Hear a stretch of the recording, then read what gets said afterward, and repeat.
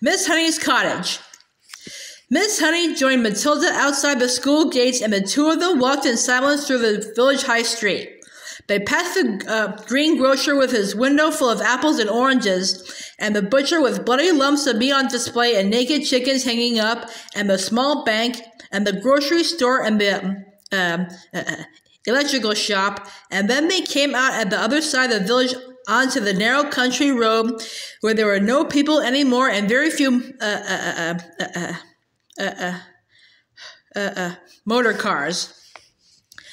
And now that they were alone, Matilda all of a sudden became wildly animated. It seemed as though a valve had burst inside her and a great gush of energy was being released. She trotted beside Miss Honey with wild little hops, and her fingers flew as if she would scatter them to the four winds, and her words went off like fireworks with terrific speed. It was Miss Honey this and Miss Honey that, and Miss Honey, I do honestly feel I could move almost anything in the world, not just tipping over glasses and little things like that. I feel I could topple tables and chairs, Miss Honey. Even when people are sitting in the chairs, I think I could push them over. And bigger things too, much bigger things than chairs and tables. I only have to take a moment to get my eyes strong.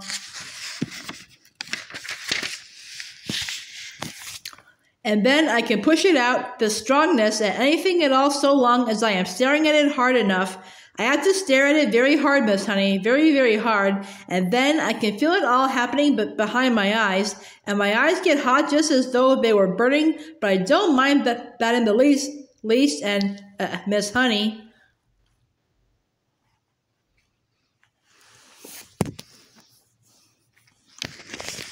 Calm yourself down, child, calm yourself down, Miss Honey said. Let us not get ourselves too worked up so early in the, proceedings. But you do think it is interesting, don't you, Miss Honey? Oh, it is interesting, all right, Miss Honey said. It is more than interesting, but we must tread very carefully from now on, Matilda. Why must we tread carefully, Miss Honey? Because we are playing with mysterious forces, my child, that we know nothing about. I do not think they are evil. They may be good. They may even be divine. But whether they are or not, let us handle them carefully. These were wise words from a wise old bird, but Matilda was too steamed up to see it that way. I don't see why we have to be so careful, she said, still hopping about. I am trying to explain to you, Miss Honey said patiently, that we are dealing with the unknown. It is an unexplainable thing. The right word for it is a phenomenon. It is a phenomenon.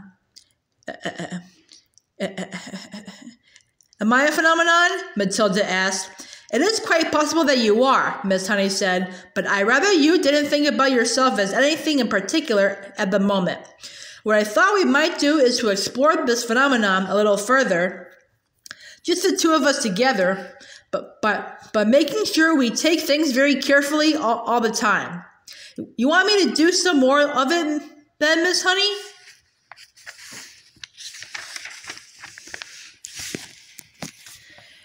That is what I intended to suggest, Miss Honey said cautiously. Goody good, Matilda said. I myself, Miss Honey said, am probably far more bowled over by what you did than you are, and I am trying to find some reasonable explanation.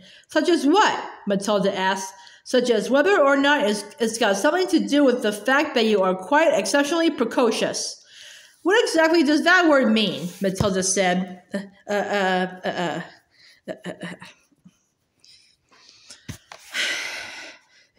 A precocious child, Miss Honey said, is one that shows amazing intelligence early on. You're an unbelievably precocious child. Am I really? Matilda asked. Of course you are. You must be aware of that. Look at your reading. Look at your mathematics. I suppose you're right, Matilda said. Miss Honey marveled at the child's lack of conceit and self-consciousness. I can't help wondering, she said, whether the sudden ability that has come to you of being able to move an object without touching it, whether it might not have something to do with your brain power. You mean there might not be room in my head for all those brains, so something has to push out? That's not quite what I mean, Miss Honey said, smiling. But whatever happens, and I say it again, we must tread carefully from now on. I have not forgotten that strange and distant glimmer on your face, after you tipped over the last glass. Do you think doing it could actually hurt me? Is that what you're thinking, Miss Honey? It made you feel pretty peculiar, didn't it? It made me feel lovely, Matilda said. For a moment or two, I was flying past the stars on silver wings. I told you that. And shall I tell you something else, Miss Honey? It was easier the second time, much, much easier. I think it's like anything else. The more you practice it, the easier it gets. Miss Honey was walking slowly so that the small child could keep up with her without trying too fast, and it was very peaceful out there on the narrow road now that the village was behind them. It was one of those golden autumn afternoons, and there were blackberries and splashes of old man's beard in the hedges, and the hawthorn berries were ripening scarlet for the birds when the cold winter came along. There were tall trees here and there on either side, oak and sycamore and ash, and occasionally a sweet chestnut. Miss Honey, wishing to change the subject for the moment, gave the names of all these to Matilda and taught her how to recognize them by the shape of their leaves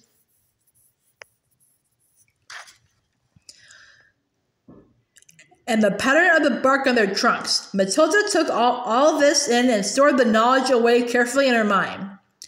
They came finally to a gap in the hedge on the left-hand side of the road where there was a 5-barred gate. This way, Miss Honey said, and she opened the gate and led Matilda through and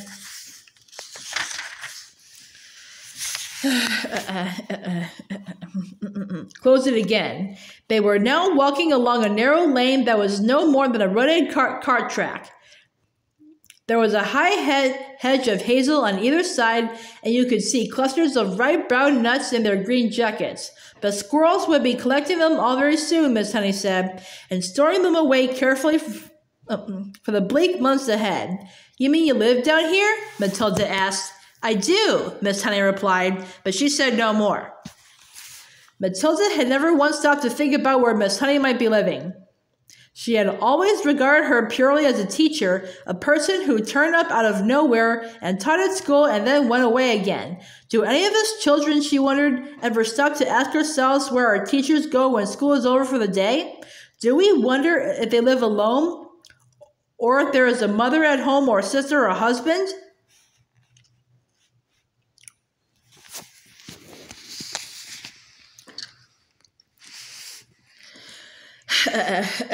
Do you live all by yourself, Miss Honey? She asked. Yes, Miss Honey said, very much so. They were walking over the deep sun-baked mud tracks of the lane, and you had to watch where you put your feet if you didn't want to twist your ankle.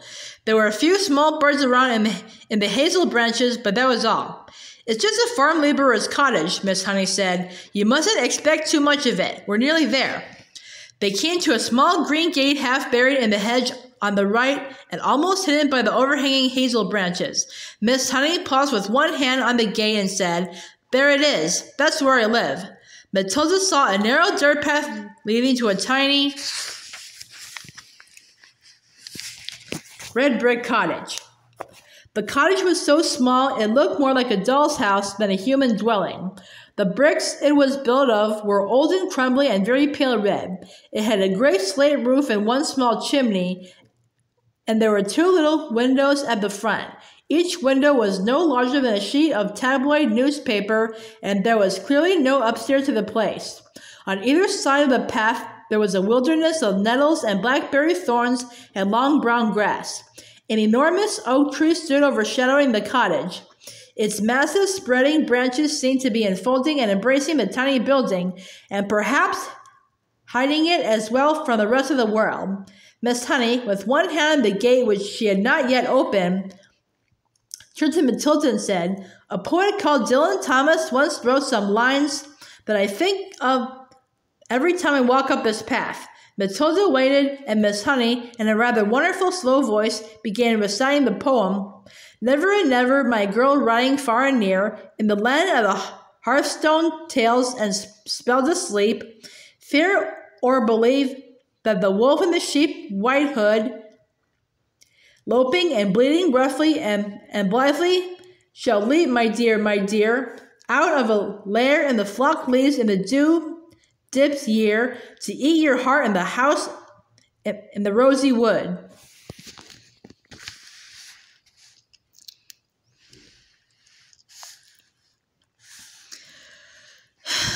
There was a moment of silence, and Matilda, who had never before heard great romantic poetry spoken aloud, was profoundly moved. "It's like music," she whispered.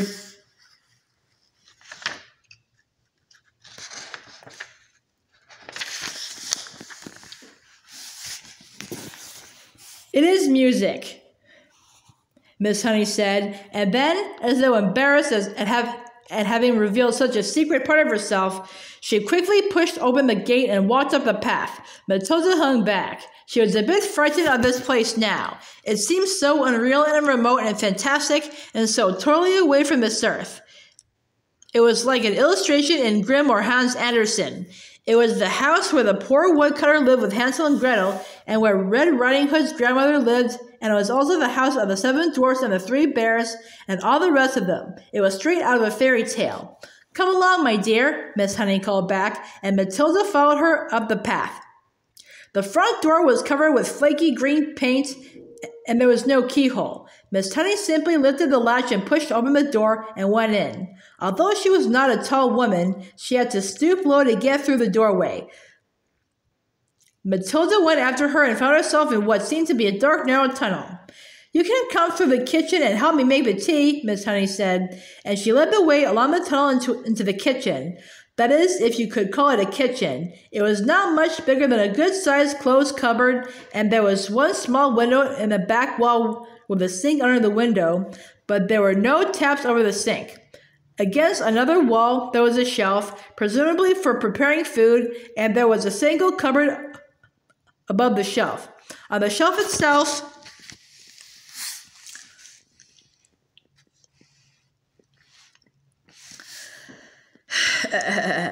there stood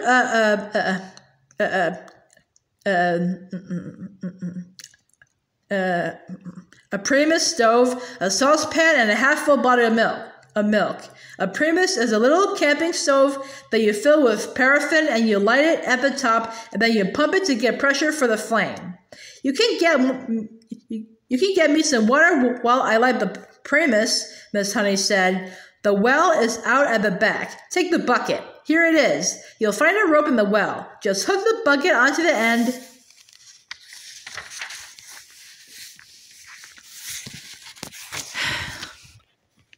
of the rope and lower it down, but don't fall in yourself." Matilda, more bemused than ever now, took the bucket and carried it out into the back garden. The well had a little wooden roof over it and a simple winding device,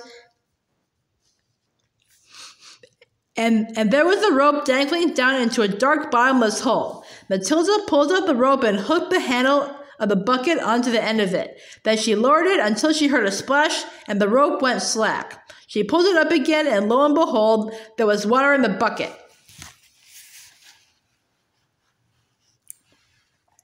"Is this enough?" she asked, carrying it in. "Just about," Miss Honey said. "I don't suppose you've ever done that before?" "Never," Matilda said. "It's fun. How do you get enough water for your bath?" "I don't take a bath," Miss Honey said. "I wash standing up. I get a bucket full of water and I heat it on this little stove and I strip and wash myself all over." "Do you honestly do that?" Matilda asked. "Of course I do," Miss Honey said. "Every poor person in England used to wash that way until not so very long ago, and they didn't have a Primus. They had to heat the water over the fire in the hearth." "Are you a poor Miss Honey?" "Yes," Miss Honey said. "Very. It's a good little stove, isn't it?" The Primus was roaring away with a powerful blue flame, and already the water in the saucepan was beginning to bubble. Miss Honey got a teapot from the cupboard and put some tea leaves into it. She also found half a small loaf of brown bread. She cut 2 thin slices, and then, from a plastic container, she took some margarine and spread it on the bread.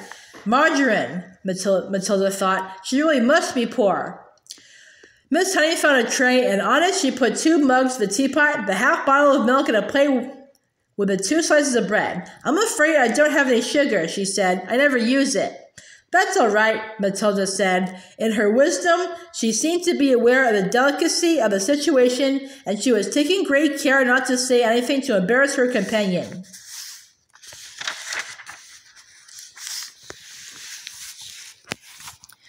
Let's have it in the sitting room, Miss Honey said, picking up the tray and leading the way out of the kitchen and down the dark little tunnel into the room at the front. Matilda followed her, but just inside the doorway of the so-called sitting room, she stopped and stared around her in absolute amazement. The room was as small and square and bare as a prison cell. The pale daylight that entered came from a single tiny window in the front wall, but there were no curtains. The only object in the entire room were two upturned wooden boxes to serve as chairs and a third box between them for a table. That was all. There were no pictures on the walls, no carpet on the floor, only rough, unpolished wooden planks, and there were gaps between the planks where dust and bits of grime had gathered. The ceiling was so low that with a jump, Matilda could nearly touch it with her fingertips. The walls were white, but the whiteness didn't look like paint. Matilda rubbed her palm against it, and a white powder came off onto her skin. It was whitewash, the cheap stuff that is used in cowsheds and stables and hen houses. Matilda was appalled. Was this really where her neat and trimly dressed schoolteacher lived? Was this all she had to come back to after a day's work? It was unbelievable. And what was the reason for it? There was something very strange going on around here, surely. Miss Honey put the tray on one of the upturned boxes. Sit down, my dear, sit down, she said, and we'll have a nice hot cup of tea. Help yourself to bread. Both slices are for you. I never eat anything when I get home. I have a good old tuck-in at the school lunch, and that keeps me going until the next morning.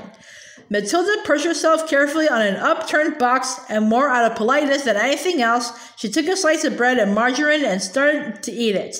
At home, she would have been having buttered toast and strawberry jam and probably a piece of sponge cake to round it off. And yet, this was somehow far more fun. There was a mystery here in this house, a great mystery. There was no doubt about that, and Matilda was longing to find out what it was.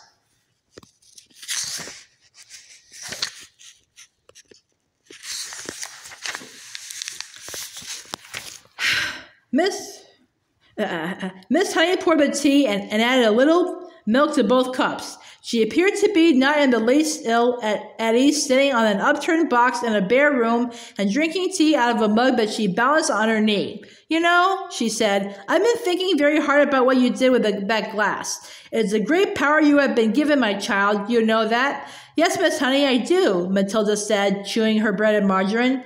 So far as I know, Miss Honey went on, nobody else in the history of the world has been able to compel an object to move without touching it or blowing on it or using any outside help at all. Matilda nodded but said nothing. The fascinating thing, Miss Honey said, would be to find out the real limit of this power of yours. Oh, I know you think you can move just about anything there is, but I have my doubts about that.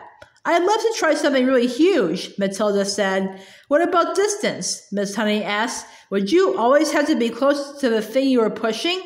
I simply don't know, Matilda said, but it would be fun to find out.